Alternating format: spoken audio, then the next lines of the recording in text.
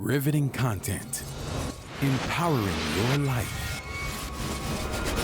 Welcome to The Sphere. This episode is sponsored by Dr. Taraya M. Richmond, PLLC.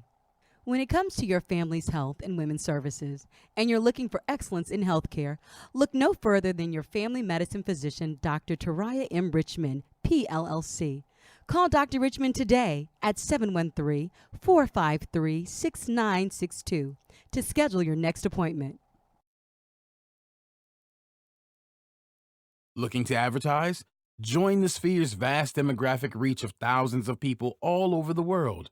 Send an email today to advertise@thesphere.tv or call us at area code 832-772-7789. KOG and Company. Are your unique gifts and talents changing the world? Do you desire to belong to a community of unity? Visit KOGpassion.com to learn more about the Unleash Your Dopeness movement.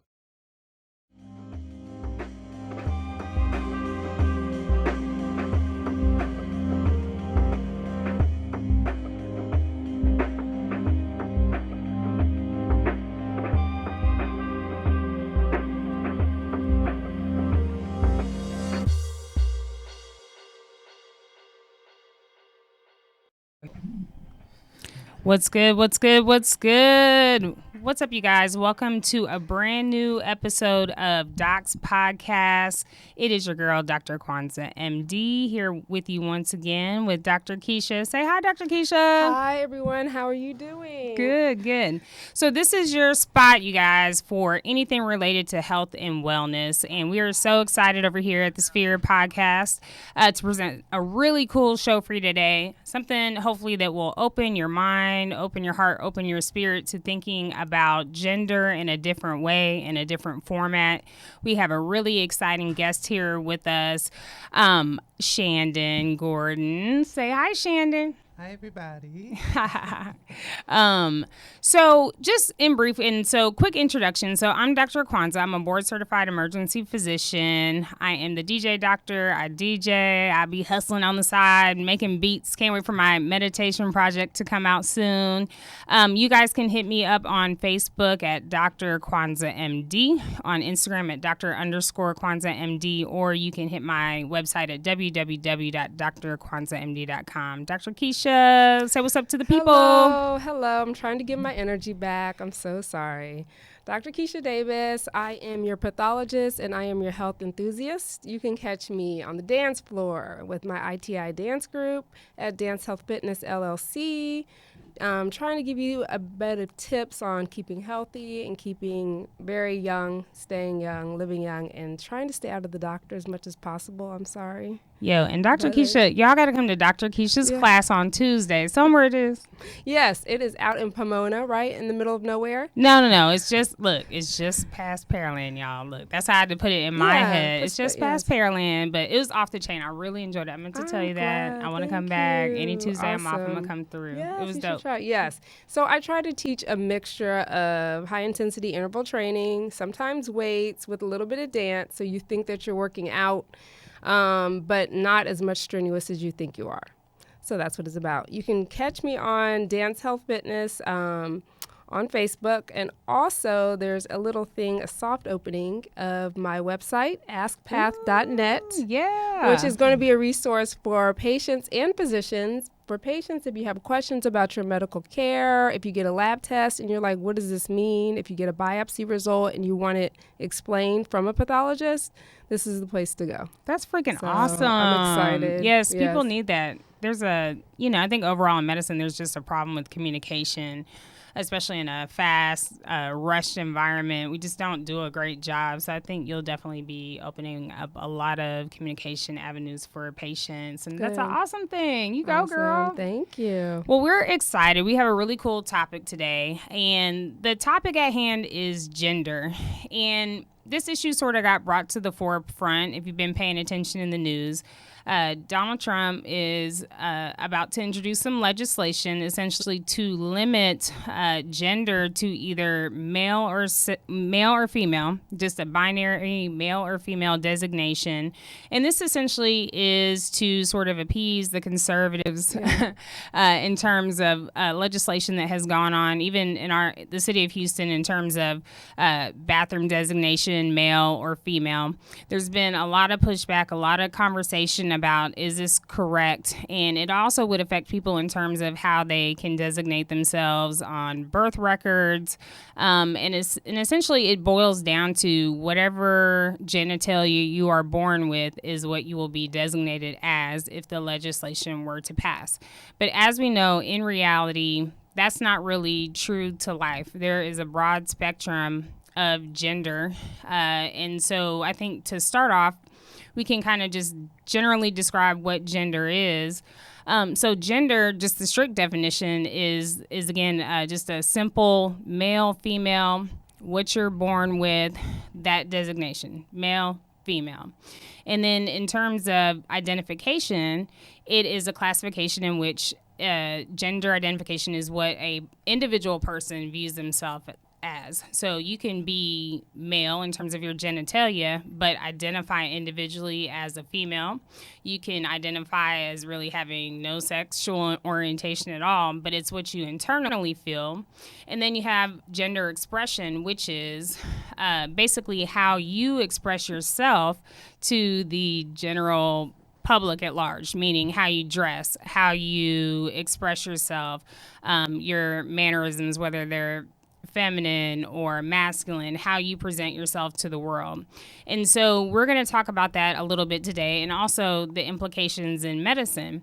One thing that I think we find as medical professionals is that we ourselves are not educated about the topic of gender. We are not open about the topic of gender, some people, and it can be causing a barrier to care or a level of discomfort or anxiety for patients seeking care. And so we have Chandon here today. And everybody say hi to Chandon. Hi, everybody. That's Shandy Cakes. Yeah. I love Chandon. We became friends. It's been almost like a year ago. I think it's almost 2 years. 2 years. Yeah, it's been about 2 years. Yeah. And we met, and I have enjoyed Chandon. He is just a ray of light to be around. And I just want you to tell everybody kind of about yourself, about your experience with dealing with gender, and kind of your take on things. Okay. My name is Chandon Gordon. I am 29 years old. I am a Black gay male. See, I put the Black before the gay first, because I think that's what people initially see. When I saw this posting today on the Shade Room, I was taken aback because unlike many other things that has gone down in this regime under Trump, I felt like when I was scrolling through the comments, I didn't see people saying what I thought that they would say, which is, wait, hold on. We've been here before. We've done this. We've had this conversation. We moved past this, and now we're supposed to be in this realm of furthering the movement, not going backwards. And this is one of many things that has been taken back by this regime. Another thing is the Affordable Care Act. I myself, I didn't have the Affordable Care Act. I was fortunate enough, and I've always been fortunate enough to have insurance either under my parents or through just having a good enough job to be able to afford insurance. So I've been very fortunate in that aspect. At the moment, my heart is hurting for those who are in this fight. I would say that I am a person that's in this fight. I've never been or considered myself a rebel or a person that's going to go out there and be in the heat and lift my fist up. I do like to cheer on from the sidelines. I do like to send words of encouragement. I do like to lift up prayers, but I think that that's going to have to change pretty soon. I think that if we don't get out there and actually speak out and actually show people that, hey, this is not good, this is not cool, then things will happen for us that we don't want to happen. And I think the interesting thing, I think when we met, and I think you brought in my perspective, and we're going to talk about what that perspective is in a minute. But first, I want to give a shout out to one of our sponsors, True Digital, who loves to sponsor our show, and we're so thankful for them. So you're online right now, and so are your customers. The question is, how do you actively reach them? Marketing has to be a consistent journey, and we're here to walk with you every step of the way. True Digital Media Consulting can help with website development, online ads, your business reputation, and organic growth on search engines. Give us a call today to discuss a customized strategy for your business at 832-934-4436 or send us an email to info@truedigitalmediaconsulting.com. Mention the Sphere to receive a free 30-minute strategy consultation. Cool. Thank you, True Digital Media. Love you guys so much. Yes. But what I wanted to say is, like, I think the thing when we met that I loved about you was that you were so confident in yourself. So Chandon and I and Renisha will go out all the time. And I love Chandon because he will always express himself in the way that he sees fit. So you might have a wig on one day. You might have your nails done. You might have on a little ditty you threw together that could be confusing to people who subscribe to, I would say, a more limited view of gender and sexual orientation. And, you know, it's like you're catching the eyes of people trying to figure it out. Like, are you a boy? Are you a girl? Are you transgender? And so I kind of wanted you to talk about that a little bit because I know we've had a lot of conversation in which you're like, look, I'm a dude. If you pull up on me, you're going to get dealt with. Don't try me. But at the same time, that you do have a feminine aspect about yourself that you're very comfortable with. So what is that for you? Can you kind of talk to our audience about what that is, what that's like? When did you kind of discover that you sort of had a more fluid kind of balance between your masculine and feminine gender expression and identity? Yeah, so I grew up with a single mother, and my father left when I was about 11 years old. And my dad taught me a lot of things while he was around, but I guess we fell victim to statistics. And a lot of things that I learned about survival, I really learned from my mom. So I think that I might get, I always tell my siblings this, I feel like I'm the most like my mom, and I think that's why we don't get along. Because I think I'm her twin, her actual mini-me.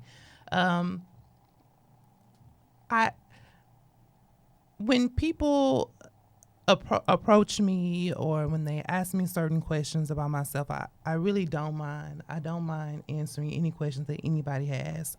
But as far as how people perceive me, I've never tended to care. I always knew who I was. I knew who I was when I was about 6 or 7 years old, when I would be playing with my toys and when I would watch wrestling. I always knew who I was attracted to. And I never had to question that. And I'm thankful that I never had to question that, because I know that a lot of people suffer from that, teetering the line and putting themselves and others in harm's way. So like I said, in that aspect, I really feel thankful. You know, one thing that my dad instilled in me, and I would say instilled, but probably beat in me, was that I always had to be there to take care of my family. And when he left when I was 11 years old, my mother had a 5-month-old. My little sister was about 4 years old. And I dropped out of school. I dropped out of school because my mom didn't have a car. The car that my family was using was confiscated by the police. So we had no more car, and I couldn't go to school. And she immediately had to go to work. This was somebody who was a housewife who never really had to have a job. But in one instant, she had 3 jobs. So she was gone all the time during the week. She worked 2 full-time jobs during the week, and she worked 1 full-time job on the weekend. So I was left alone. And I knew that my role was to be the man of the house, and nobody had to tell me that. I stepped into that role, and I lasted in that role till I was about 19 or 20 years old. When I say when I ran away, but when I moved out. That's a nice way to put it. Yeah. Yes. Yeah. I know I was grown, but I ran away. Your story about to light up. I can already tell. I can already tell. I can already yes. tell. We are going to be talking about this and also a couple more things, but we need to talk about one more thing on Facebook Live. If you want to watch the entire show, you're going to have to subscribe. So I ask that you subscribe to the show. Okay, you young people, you can use Google Play, you can use SoundCloud. You can check it on Facebook Live for the older people. iTunes and Stitcher. Review the show on iTunes and give us some feedback. Let us know what you want to hear, what else you would like to be on the show, and make sure that you also share this on Facebook Live, the entire show. Let your friends know that the docs are here. We have so many different attitudes, so many different things in point of view. So please make sure that you check in and donate to the mission. We have inspiring content each and every week. You can donate at thesphere.tv/donate. Yes. So we'll check y'all later. All right. Take On care. Facebook. Okay. Please subscribe. Yep. Hit that download button, y'all. All right, peace. But so you were saying up until 19. So what changed when you were 19? What changed when I was 19? I asked my mother if I could go to the movies, and she said no. And I was like, oh, I got to go. I have to go. So I packed my things up in like a week, and I moved out. And when I moved out, that's when I discovered that there was a whole nother world out there. So before then, how did you consider yourself? Did you consider yourself a male, a female when you were at home? So I consider myself to be a male, and I still do consider myself to be a male. I think that people, and Tracy Ellis Ross had put it plainly on her Instagram. She was talking about her fashion choices, and she was saying how that she's feminine, but her fashion choices a lot are masculine. And then she corrected herself, and she said, maybe that way of thinking should change. Maybe I just am who I am. Right. And I feel like I just am who I am. And I know that that's very hard for some people to wrap their mind around, because we see people in boxes. And I don't think that's ever going to change. And I wish it would, but I don't think that it is. And I think that that's wishful thinking. What I do think that can change and has to change is people's respect for each other. And I think that I don't think that people really care as much as what they portray that they do. I don't think that people really care about what I do or who I am or who I identify myself as. I really don't. And I would hope that people can start to begin to be honest with themselves and be truthful with themselves, to realize who they really are, and to just leave people alone. Let people live. Right.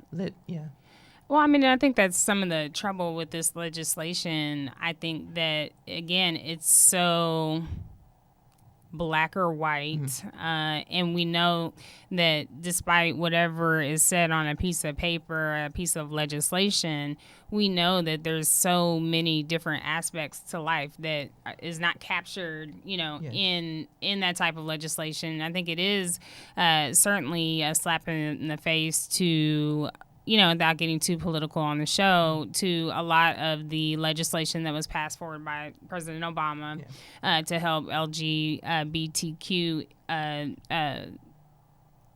folk just sort of get a footing in this world and make sure we're not taking two steps back. And so I think that's, part of the really concerning thing about that aspect of this legislation. And so, and that's one thing I really loved about you, is that you're never afraid to be yourself in any situation, anywhere we go. And I respect that so much and feel so protective, like let something pop off, bro. I appreciate I mean that for real, because I think that you're just a very genuine person.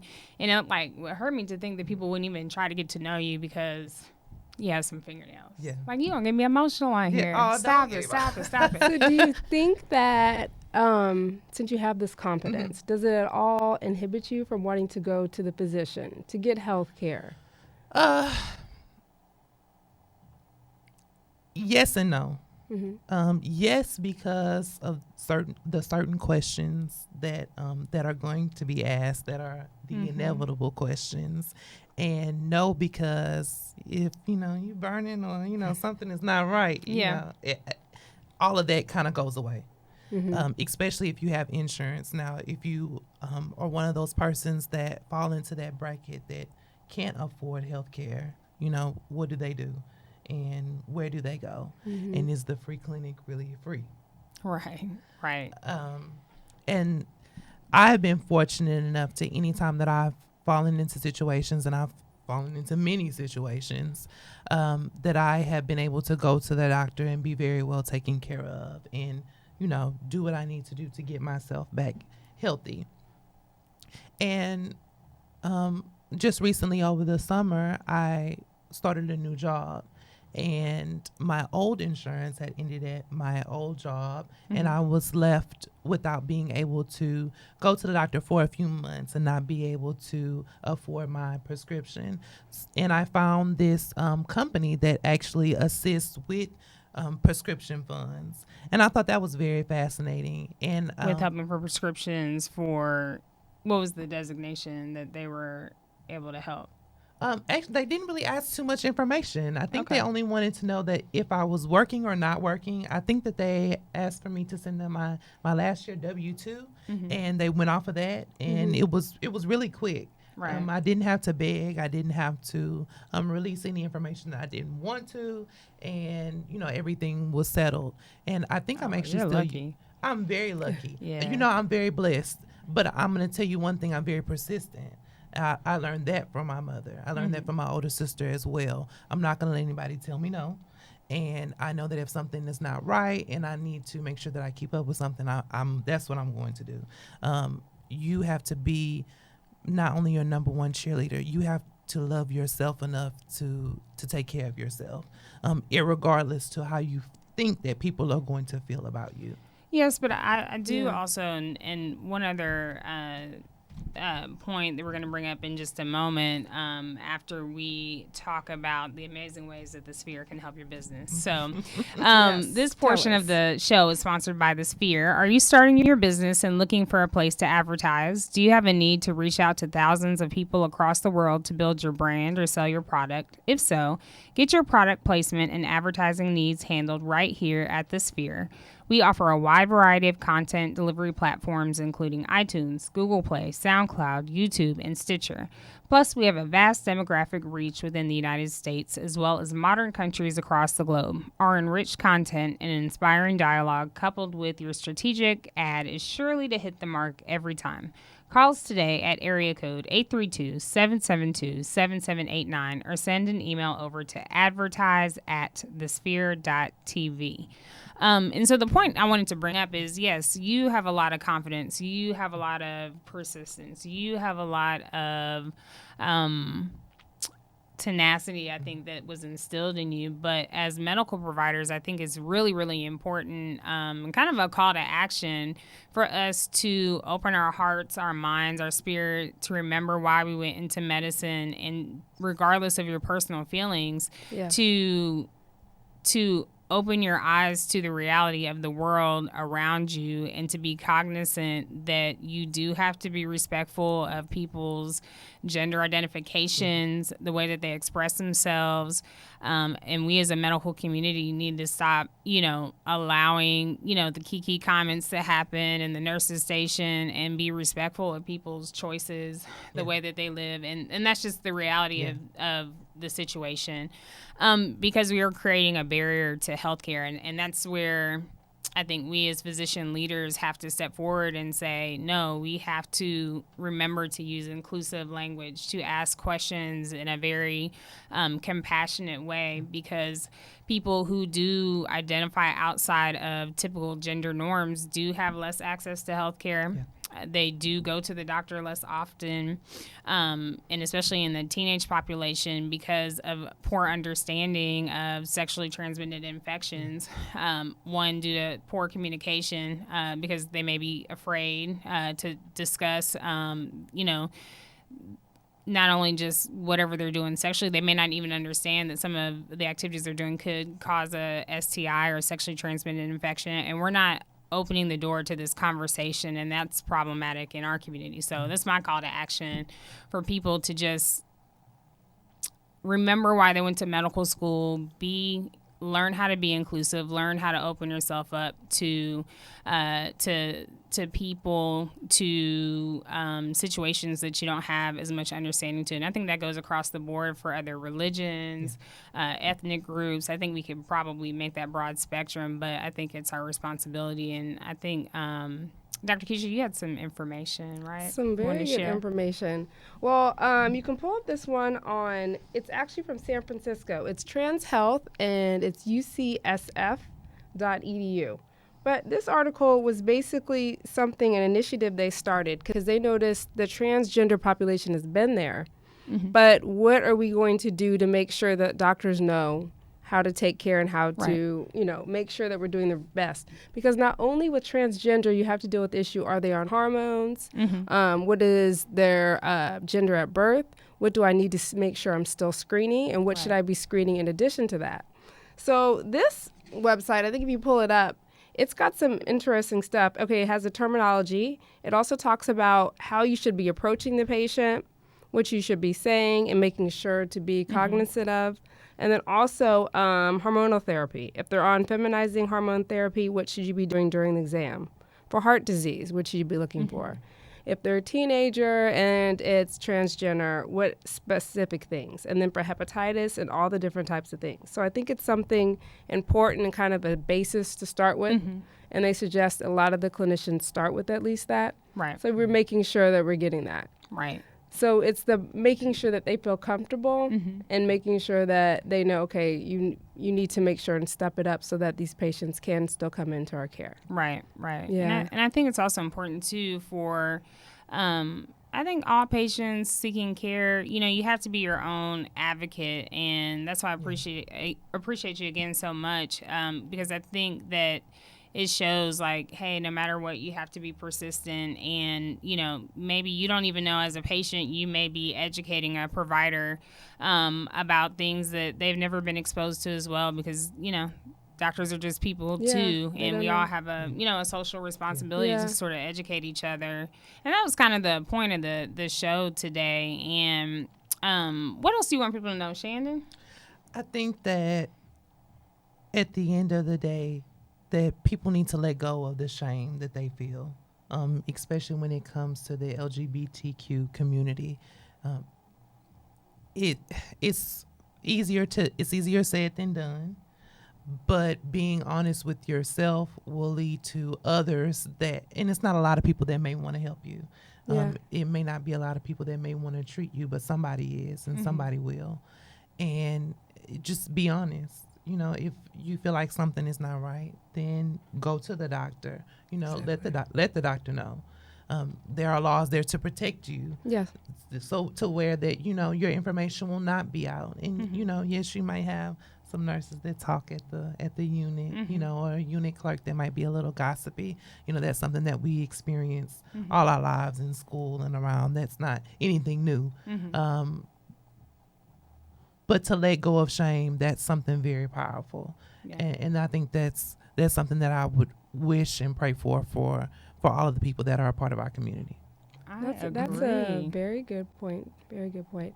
And I'm glad you came here because I get to meet another wonderful person, but to see the other aspect, because as a pathologist, we usually are behind the scenes. Okay. So we don't really get face-on-face contact with the patients or understanding what their struggle is. Like I feel it a lot, but we don't get to have that one-on-one. So also for patients to understand that you have this guard up, or you may feel that someone may be coming at you trying to ask some questions that, may feel hurtful or uncomfortable. But for the laboratory medicine, we have this look like, okay, we need to know this. We need to know male or female. Excuse me, because also we need to know for our kidneys, for certain lab tests, female and male, there's discrepancies for certain things. There's a difference. So there is the CAP guidelines have some things that are kind of trying to help us figure out how do we bridge that gap. but make sure that we're also knowing, okay, if it's a transgender, how do we take care of them the best way and make sure we're still following. Right. Oh, hold on, Dr. Keisha. I hate to interrupt you, but I gotta get in KOG. Hold on, we gotta get our other amazing sponsor in KOG and Company. Are your unique gifts and talents changing the world? Unleash Your Dopeness is a people empowerment movement built to encourage the masses to operate outside of their fears and have the gall to recklessly pursue their dreams and passions in life. Join thousands of others as we unlock the greatness that dwells inside. Shop dope gear at KOGpassion.com. That's KOGpassion.com and use coupon code DOPE for 10% off exclusive Unleash Your Dopeness apparel. Act now. Sizes are selling out fast.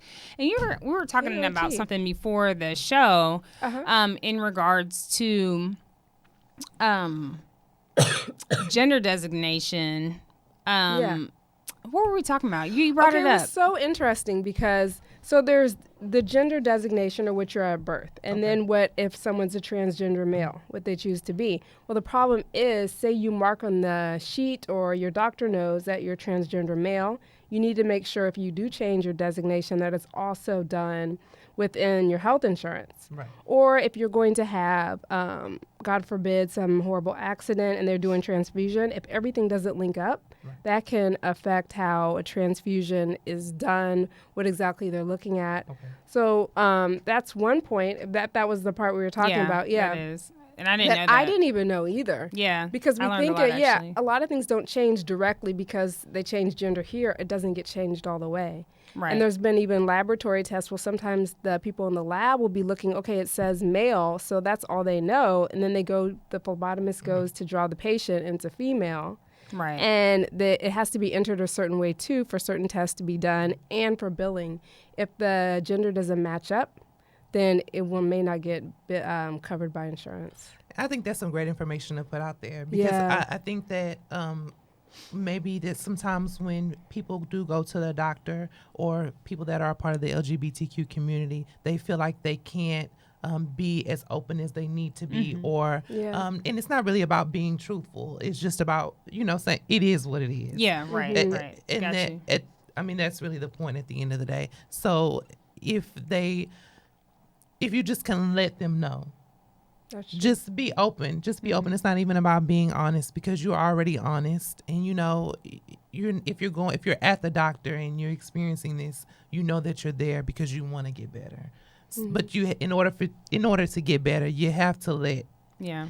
Like my mother used to always, or she probably still does say, I can't help you unless I know everything. Yeah. So it's a two-way street. It is. Yeah. The doctors have to be more opening and be more cognizant. More mindful. And the patients do have to understand, okay, we may ask these questions, just like when you're younger, they may ask you, okay, are you sexually active? And you may get offended. It's actually because they want to know to take care of you better. Yeah. Right. The questions are intrusive, but the questions aren't changing. But everybody gets the questions. Everybody gets the questions. Everybody gets the questions. But I think as providers, we can provide knowing that it can be a sensitive topic and knowing that this is a topic area for patients that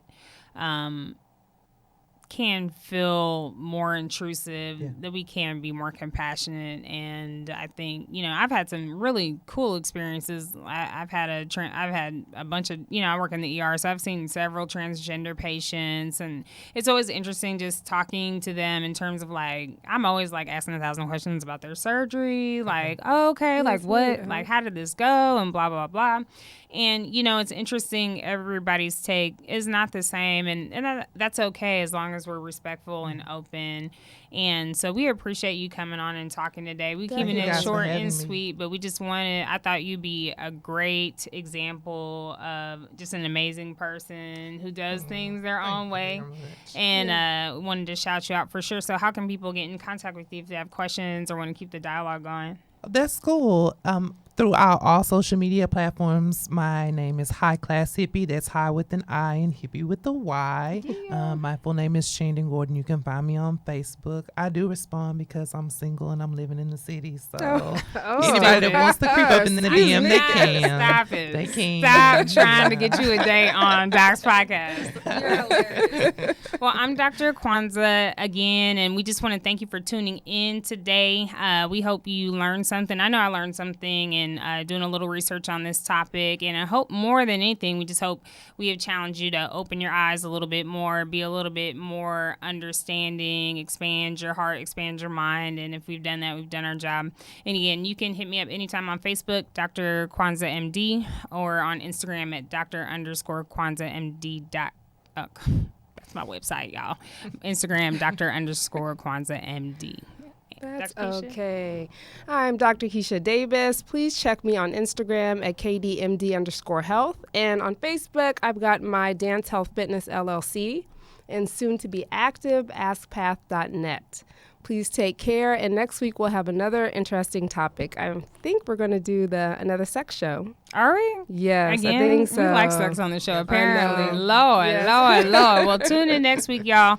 And thank you guys for tuning in. And don't forget to share this with your friends. And don't forget to go over to podcasts on your iPhone. I don't know what y'all got on Android. I don't know what y'all got on Android, Yeah. Google Play, Stitcher, whatever, Spotify. Just hit docs, please, and subscribe. We need you and we love Please you. do. Thank you. Peace. Bye. Bye.